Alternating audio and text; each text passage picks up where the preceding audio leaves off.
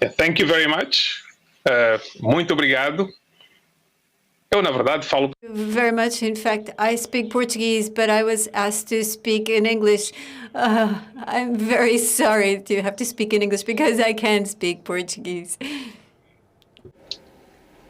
Let me start by just position a little bit where we are in relation to the digital transformation of healthcare sector.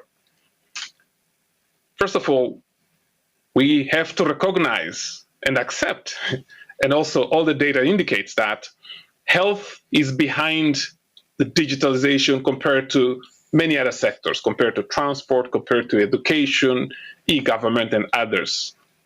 So we need to accelerate that. So the COVID-19 pandemic made us realize the need to accelerate the transformation of health to the digital age. But also then within that transformation, we have to recognize and consider the fact that only a little more than half of the world is connected to the broadband. So when we talk about leveraging on digital to provide health and well-being, we are actually talking about half of the world.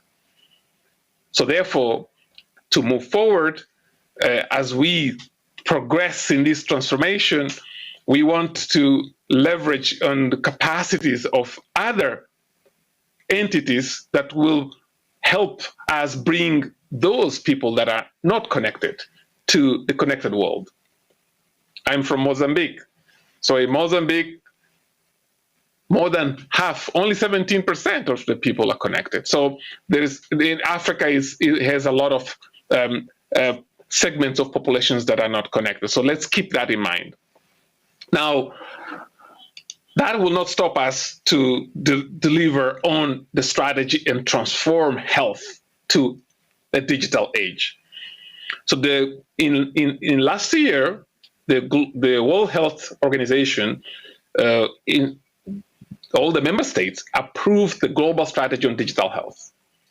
It's a 5-year strategy with a vision to improve health for everyone, everywhere, and accelerate the development and adoption of appropriate health and digital health solutions to achieve all the sustainable development goals, targets that we set to ourselves, which needs to be achieved by 2030. So that's at the center of the global strategy on digital health. And if you want to look at it, so just if you Google global strategy on digital health, you will find it.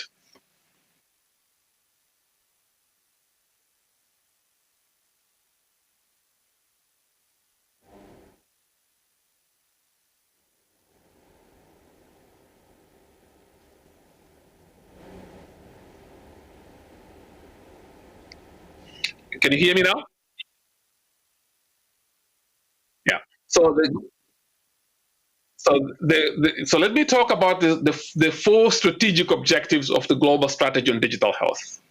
The first one is to promote the global collaboration and advance the transfer of knowledge on digital health.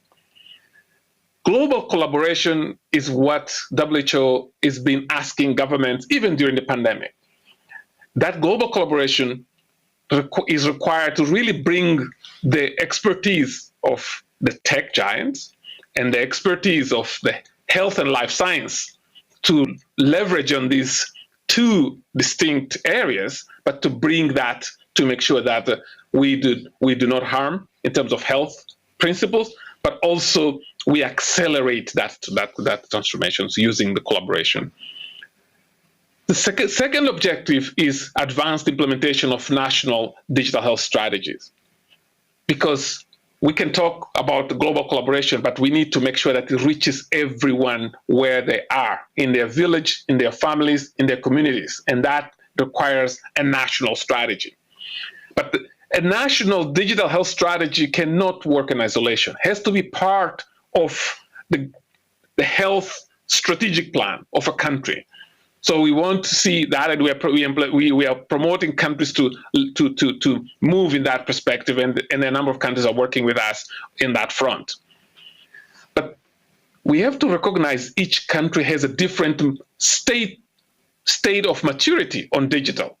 Some are quite advanced. If you talk about Europe, there's a level of advance on digitalization of healthcare sector. But if you talk about developing countries or least developed countries, we need to invest in infrastructure. So the type of intervention and investments will differ from country to country, and we're working with countries on that in that front.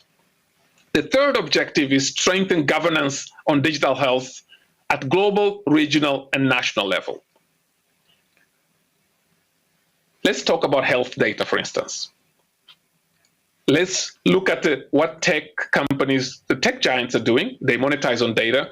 And what is the principle on health and life science is to donate blood, organs. You donate, you don't monetize on those things. So to bring these two principles together of monetization of data, which is very much at the core of the tech giants, and the principle of donation, which is part of the health and life science, we need to really strengthen that governance, making sure that the ethical principles, privacy is at the center of the whole transformation. The strategic objective number 4 is advocate people-centered health systems. And I give you an analogy on that. If you look at the tourism and the hospitality, you have a component where the people-centered approach allows anyone that travels around to actually rate a hotel, rate a restaurant, to rate everything, where people can just say, yes, I like that because people rated highly and I go there. If you take that analogy, bring into the health sector, where a people-centered approach is needed, patients and people that interact with health systems should be able to actually provide a feedback mechanism that will allow us to improve the services that they deliver through technology, be it artificial intelligence, be it blockchain, or any other technology that we implement. So what is in addition to these 4 objectives in the global strategy on digital health, we have 172 actions where the member states agreed that together WHO has to perform some, member states have to perform others, and other partners have to perform some other actions that are included in the global strategy on digital health. These 172 actions are divided in short term, mid-term, and long term. But if I talk about a dream, and if you ask me what is my dream, I will just bring the other analogy of the banking sector and financial sector. 20 years ago, no one could process any transaction in a bank without actually going to the branch. And today, in health sector, you can't benefit for health services without necessarily going to a hospital or a clinic. So the transformation of health into a digital age require us to ensure that the digital to digital interaction happens same way that digital to digital interaction is happening today in the financial sector.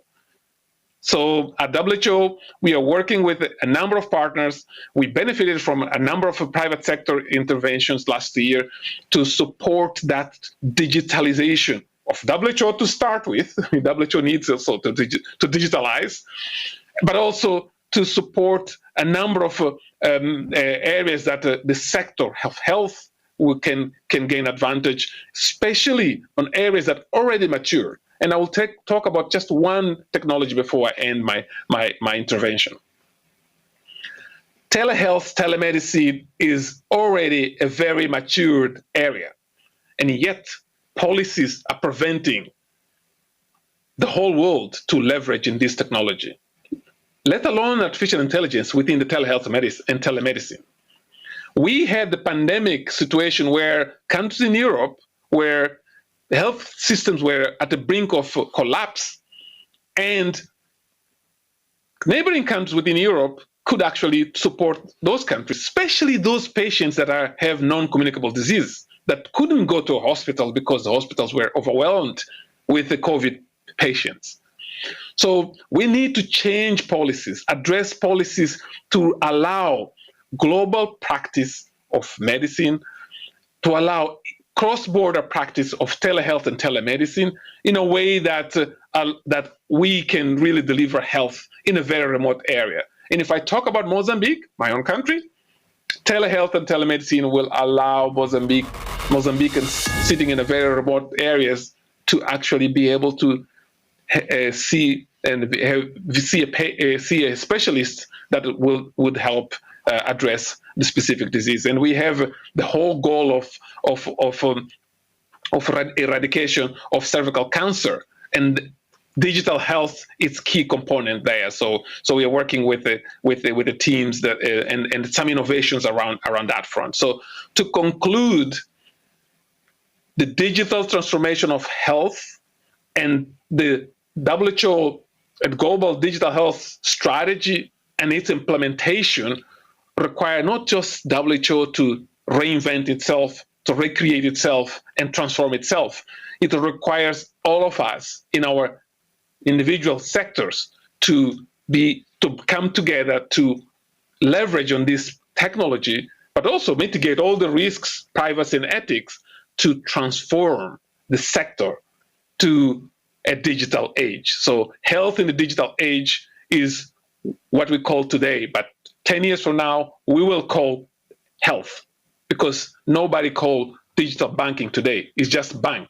And because the banking sector transformed in such a way that today digital is normal. So to conclude my intervention, I want to just reiterate our willingness and capacity and desire to work together with all of you. And I'll say a few words in Portuguese. So estamos. We are really willing to work with all of our partners to be able to use digital health as the new process that will allow us all to be able to achieve the 2030 goals that will allow them to have and enjoy good health. Thank you very much.